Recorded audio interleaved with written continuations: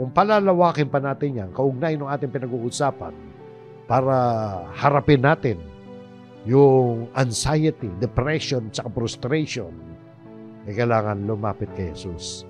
Sapagat si Jesus na nagbibigay ng kapahingahan sa mga nabibigatan ay nag-aanyaya dito sa Mateo 11:28, 29, and 30. Napakaganda mga talatang to na magpapalawak, magpapalalim ng ating pagtitiwala kay Jesus tungkol sa mga bagay na pinag-uusapan natin na hindi tayo dapat umabot sa mga ganyang kalagayan na pag-aalala, depresyon at frustration. Frustration, maaaring ika nga, na-frustrate tayo, nabigo tayo. Okay lang mabigo. Pero yung matindi rito yung pag-aalala at saka depression, mga kapatid. So, sabi rito ng Panginoon Kristo nung siya'y nangangaral, Mateo 11:28 hanggang 30, lumapit kayo sa akin. So, si Kristo mismo ang nag-aanyaya. Personal na nag-i-invite ang Panginoon sa Kristo. Ang salitang lumapit kayo sa akin, ibig sabihin, nagpapahibuhating yan, magtiwala kayo. Hindi ka naman lalapit kung wala kang tiwala, di ba? Sumuko kayo, makipag-ugnayan kayo sa akin. Parang ganyan eh. Pinapakita dito ni Jesus na mismo siya ang magiging sagot ng ating mga suliranin. Kaya kailangan natin dito faith. Lumapit kayo sa akin, kayong lahat na nanlulupaypay at lubhang nabibigatan. Yung salitang nanlulupaypay, tumutuko yan sa matinding pagod, di ba? Yung talagang hirap na dulot ng mga iba't ibang mga suliranin ng buhay. Maring dulot din ng kasalanan yan. Yung kasalanan talaga magiging problema yan eh. At pagsubok sa buhay nito. Pag nanlulupaypay tayo at lubhang nabibigatan, ibig sabihin yung pasanin mo, bigat na bigat ka, yung mga alalahanin mo sa buhay, mga pagdurusa mo, at yung pag-iisip mo ng sarili mong safety o kaligtasan. Di ba? Kapag ganyan ang nararanasan natin, mga kapatid, ang panawagan nga ni Kristo ay lumapit tayo sa Kanya at kayo bibigyan ko ng kapahingahan. Magkakaroon tayo ng kapahingahan. Anong klaseng kapahingahan yan? Mamaya babanggitin niya ulit yan sa susunod na talata. Ito ang dapat natin gawin, mga kapatid. Tingnan niyo yung susunod. Paano tayo lalapit kay Kristo? Pasanin ninyo ang aking pamatok. Pasanin ng pamatok. Anong ibig sabihin ng pasanin ng pamatok? Meron tayong papasanin. Meron tayong gagawin. May tuto pa rin tayo. Yung pamatok, mga kapatid, di ba yan yung kasangkapan na ginagamit upang pagdugtungin yung dalawang hayop? Di ba? Yung sa karitela, merong dalawang kabayo, dalawang baka sa pag-aararo, yung kahoy na nasa leeg. No? So, pamatok parang sumisimbolo yan.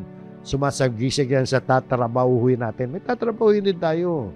Pero huwag tayo mag-alala tungkol sa paggagawa sa atin. Parang dito pinapakita, mga kapatid, na sumunod tayo kay Kristo. Makibahagi tayo sa Kanyang gawain at layunin. Pasanin ninyo ang aking pamatok at matuto kayo sa akin. Pag sinabing matuto, and learn from me. Hinihikayat tayo ni Jesus na matuto mula sa Kanya. Siya ang ating guro at siya rin ang ating halimbawa sa kung paano tayo mamumuhay na may pananampalataya at pagsunod sa Diyos. Paano tayo matututo kay Kristo? Diyan, mga kapatid, muli pumapasok ang halaga ng salita ni Kristo. Kailangan natin mag-aral ng salita ng Diyos upang tayo matuto. Di ba? Hindi ka matututo. Lalapit ka lang kay Kristo. Ano yun? Ito nga yung paglapit eh. Pasanin ang aking pamatok. Sumunod tayo kay Kristo. Matuto tayo, mag-aral tayo para matuto tayo. Bakit ganyan ang kanyang paanyaya? Hindi tayo mabibigatan, mga kapatid. Sapagkat ako'y maamo at may mapagkumbabang puso. So madaling lapitan ang Panginoon Kristo. Maamo siya.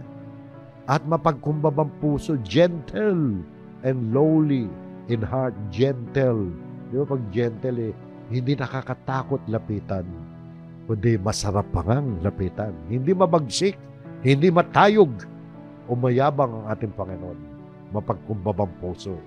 At ang kanyang pangakong kapahingahan, ito nga yung sinasabi natin kanina, makakatagpo kayo ng kapahingahan para sa inyong mga kaluluwa.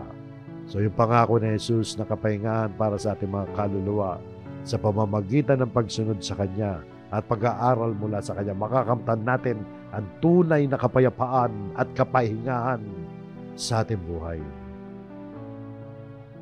Ngayon, maisipin niyo, may hirap ata yan. Hindi may hirap yan. Sapagkat yung sumunod na talata, sapagkat madaling dalhin ng aking pamato. Madaling dalhin. Hindi tayo mahihirapan. Madali nga eh. Madaling dalhin. Easy. Easy lang yung kanyang mga inuutos. Di ba? Hindi pa bigat. At magaan ang aking pasan. Magaan, di ba? Yung pasan, tumutukoy nga yan sa mga responsibilidad natin, sa mga hamon ng buhay na haharapin natin, hindi tayo mabibigatan dahil kasama natin ang ating Panginoong Jesucristo. Magiging maluwag ang buhay nating spiritual.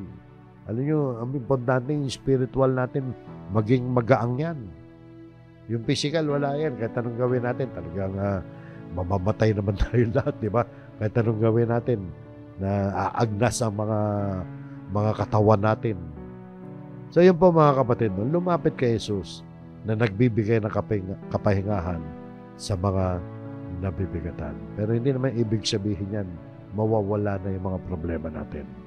Kundi, pinapakita lang yan, dumating man ang anumang problema sa buhay, kayang-kaya nating dalhin yan, mga kapatid.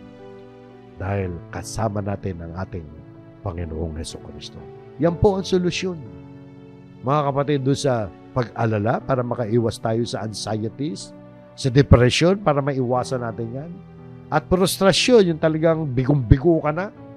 Okay lang na hindi mo matupad ang mga pangarap mo, pero huwag kang aabot doon sa frustration na talagang masama ang kalooban mo, na hindi na maalis-alis yung kabiguan mo sa damdamin, sa isipan.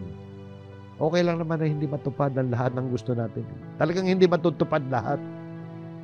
So, kailangan lang natin mga kapatid, magtiwala tayo, magkaroon tayo ng tamang pananaw na itinuturo ng Biblia. Kinakailangan nasa panig tayo palagi ng ating Panginoon. At masusumpungan natin ang kapahingahan ng ating mga kaluluwa.